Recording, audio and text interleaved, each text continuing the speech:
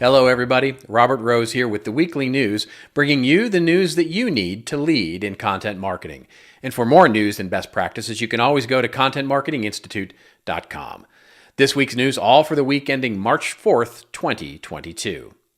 Two items in the news this week, but our top story is about Gen Z. So in the wake of TikTok this week announcing that they will up content length on the platform to 10 whole minutes, comes a study from CM Group. They found that 52% of Gen Z respondents avoid advertising at all costs, more than any other generation. Now, while that's not surprising to anybody, the study also found that Gen Z not only tolerates content marketing, native advertising, and other kinds of branded content, but that they're also much more likely than their older cohorts to actually make purchases when the content actually interests them. The implications for this are kind of clear. When brands like TikTok start to lean into brand-sponsored content and content marketing-friendly approaches, brands that are creating content marketing programs that target Gen Z will want to lean in here as well. This means looking at more mobile and video-oriented content. This looks at ways to pull in influencers and make more forms of sponsored content available that may replace some of the more direct brand advertising that's been key for so long. Now, we can already start to see some of these trends. On the media side, we see TikTok itself announcing a 1-hour comedy sketch show on the platform featuring influencer comedians that already have large audiences on the TikTok platform. And we can see it on shifts such as Amazon Prime Video, where they offer things like sponsored content and branded content, where a brand like Lexus can leverage a documentary filmmaker to launch and distribute a film on craftsmanship on the Amazon platform itself. In other technology-oriented news, digital asset management provider Binder has decided to acquire Gather Content.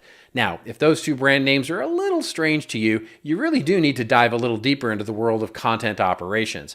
Binder is a very capable digital asset management system that helps companies manage their content assets in a structured and findable way.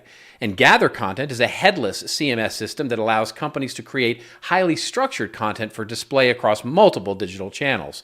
Now, it's too long to fully explain what headless CMS system means here, but just know that headless, it's what all the kids are dancing to these days. Our take here, this is a brilliant matchup. Binder is a wonderfully appointed digital asset management system, but really lacks some of the more collaborative and sophisticated workflow capabilities. Gather Content, on the other hand, is a wonderful CMS system that needed much better digital asset management capabilities. Together, there's a lot to like here. Now, like any acquisition or merging of technology solutions, the execution is really the magic piece. But if you're a customer of either of these solutions, the prospects here look very promising. So, if you're looking for some deeper information around digital asset management or structured content management, I'd really invite you to check out CMI's Content Tech event happening in a few weeks in San Diego. You can see more of that at content.tech. And for more about creating the kinds of content that will resonate with Gen Z, well, I'd invite you to visit the link we'll post in the notes here on contentmarketinginstitute.com.